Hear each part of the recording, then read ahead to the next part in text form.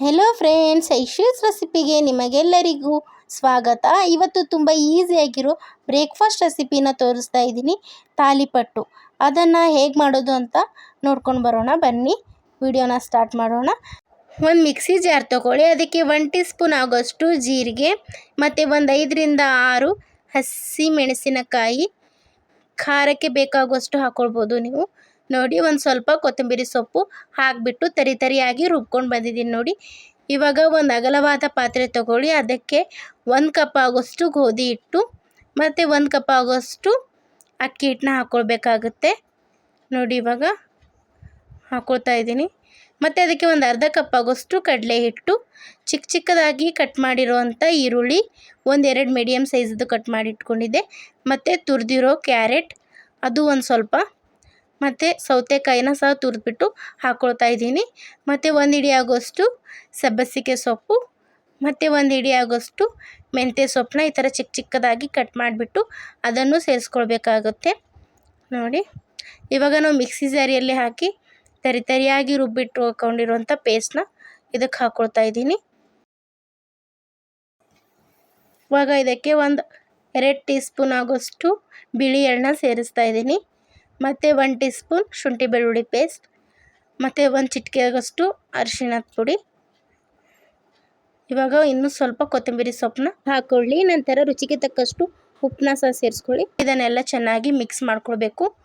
ಮೊದಲು ಹಾಗೆ ಚೆನ್ನಾಗಿ ಮಿಕ್ಸ್ ಮಾಡ್ಕೊಳ್ಬೇಕು.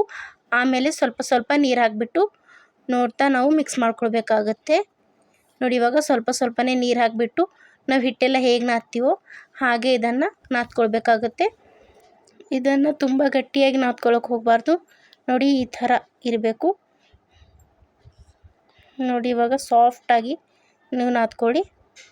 ಇವಾಗ ಇದನ್ನು ಒಂದು 10 ಮಿನಿಟ್ಸ್ ಹಾಗೆ ಬಿಡ್ತೀನಿ, ಅದು ಸ್ವಲ್ಪ ನೆನೆಯಲಿ ನೋಡಿ. 10 ಮಿನಿಟ್ಸ್ ಆದ ನಂತರ ಒಂದು ಬಟರ್ ಪೇಪರ್ ಇರುತ್ತೆ ನೋಡಿ, ಅದನ್ನು ಕಟ್ ಮಾಡಿಬಿಟ್ಟು ಅದ್ರ ಮೇಲೆ ಸ್ವಲ್ಪ ಎಣ್ಣೆನ ಸ್ಪ್ರೇ ಮಾಡಬೇಕು.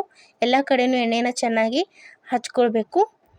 ಹಚ್ಕೊಂಡ ನಂತರ ಕೈಗೂ ಸ್ವಲ್ಪ ಎಣ್ಣೆ ಹಚ್ಚಿಬಿಟ್ಟು ನಾವು ಮಾಡಿಟ್ಕೊಂಡಿರುವಂಥ ಹಿಟ್ಟನ್ನ ಎಷ್ಟು ಬೇಕೋ ಅಷ್ಟು ತೊಗೊಳ್ಬೇಕು ನೀವು. ಅಷ್ಟು ತೊಗೊಂಡ್ಬಿಟ್ಟು ಅದನ್ನು ನಾವು ಕೈಯಲ್ಲಿ ತಟ್ಕೊಳ್ಬೇಕಾಗುತ್ತೆ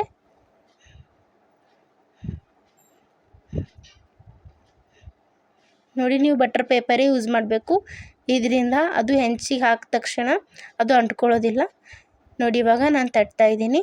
ಸ್ವಲ್ಪ ಎಣ್ಣೆ ಜಾಸ್ತಿ ಹಾಕಿಬಿಟ್ಟು ತಟ್ಕೊಳ್ಳಿ, ಆವಾಗ ಅದು ಬೇಗ ಹಾಕಿದ ತಕ್ಷಣ ಬರುತ್ತೆ ನೋಡಿ. ಇವಾಗ ಇದು ಚೆನ್ನಾಗಿ ಎಷ್ಟು ತೆಳು ಬೇಕೋ ಅಷ್ಟು ತೆಳುವಾಗಿ ನೀವು ತಟ್ಕೊಳ್ಬೇಕು. ತಾಲಿಪಟ್ಟು ಯಾವ ಸೈಜಲ್ಲಿ ಬೇಕೋ ಆ ಸೈಜಲ್ಲಿ ತಟ್ಕೊಳ್ಳಿ ನೋಡಿ. ಇವಾಗ ಅದಾದ ನಂತರ ಹೆಂಚನ್ನ ಬಿಸಿ ಆಗೋಕೆ ಇಡಬೇಕು. ಇವಾಗ ಹೆಂಚ ಮೇಲೆ ಸ್ವಲ್ಪ ಎಣ್ಣೆನ ಹಾಕಿಬಿಟ್ಟು ನಂತರ ಅದು ಮಾಡಿಟ್ಕೊಂಡಿದ್ವಲ್ಲ ತಾಲಿಪಟ್ಟನ್ನ ಅದ್ರ ಮೇಲೆ ಹಾಕ್ಕೊಳ್ಳಿ. ಹಾಕಿದ ತಕ್ಷಣ ಅದಕ್ಕೆ ಒಂದು ಸಲ ಈ ಥರ ಪ್ರೆಸ್ ಮಾಡಬೇಕು. ನೀವು ಸ್ಪೂನ್ ಸಹಾಯ ತೊಗೊಂಡು ಈ ಥರ ಮಾಡಿಬಿಟ್ಟು ಇದನ್ನು ತೆಗೀರಿ. ಅದು ನಿಧಾನವಾಗಿ ಬಂದುಬಿಡುತ್ತೆ ಬೇಗನೆ ನೋಡಿ. ಎಷ್ಟು ಈಸಿಯಾಗಿ ಬರ್ತಾಯಿದೆ.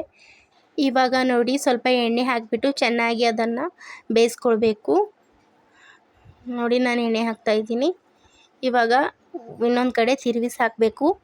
1 ಮಿನಿಟ್ ಆದ ನಂತರ ಇದನ್ನು ತಿರುಗಿಸಿ ಹಾಕಿ ನಂತರ ಮೇಲೆ ಇನ್ನೂ ಸ್ವಲ್ಪ ಎಣ್ಣೆ ಹಾಕಿಬಿಟ್ಟು ಇದನ್ನು ಸಹ ಚೆನ್ನಾಗಿ 2 ಕಡೆ ಬೇಯಿಸ್ಕೊಳ್ಬೇಕು.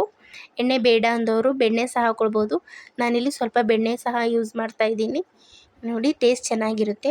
ನಿಮಗೆ ಚಪಾತಿ ತಿಂದು ಬೇಜಾರಾದರೆ ಈ ಥರ ಒಂದು ಸಲ ನೀವು ಟ್ರೈ ಮಾಡಿ, ತುಂಬ ಹೆಲ್ದಿಯಾಗಿರುತ್ತೆ.